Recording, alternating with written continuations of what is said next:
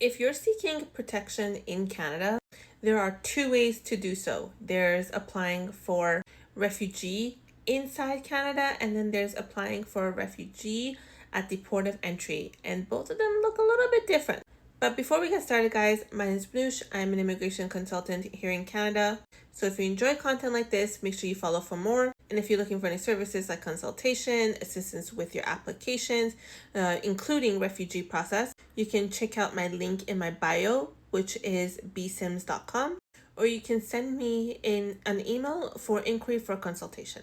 So this is going to be a two-part series to explain the different processes. And right now we're going to talk about making a refugee claim at the port of entry. First thing to remember is that you can only make a claim once you're inside Canada. There's no process to make a refugee claim outside Canada. And if you are a refugee outside of Canada, there are programs for outside Canada refugees. But this is specifically the asylum process inside Canada. So the first step is that you tell the Cbsa officer that you want to make a claim for refugee or asylum here in Canada. So the first step is proving your identity. So you and every family member who is making a claim must be providing your identity and your documents to the Cbsa officer, and they will be taking it away. They'll provide certified copies to you. Now your travel documents will be held until a final decision is made.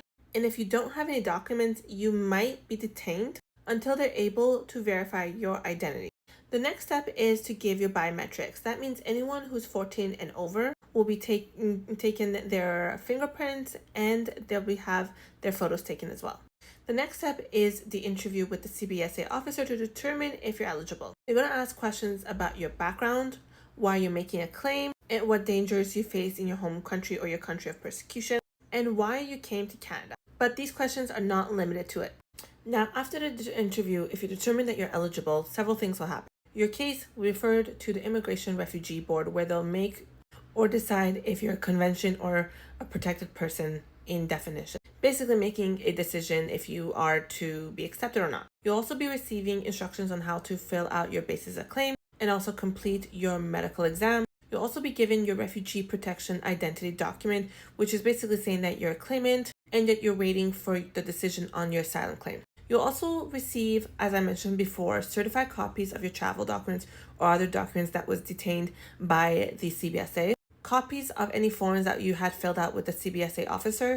You'll also receive a copy of the notes that was sent to the Immigration Refugee Board and an information package about making a claim in Canada and the process, or information that you need to know in regards to your refugee claim.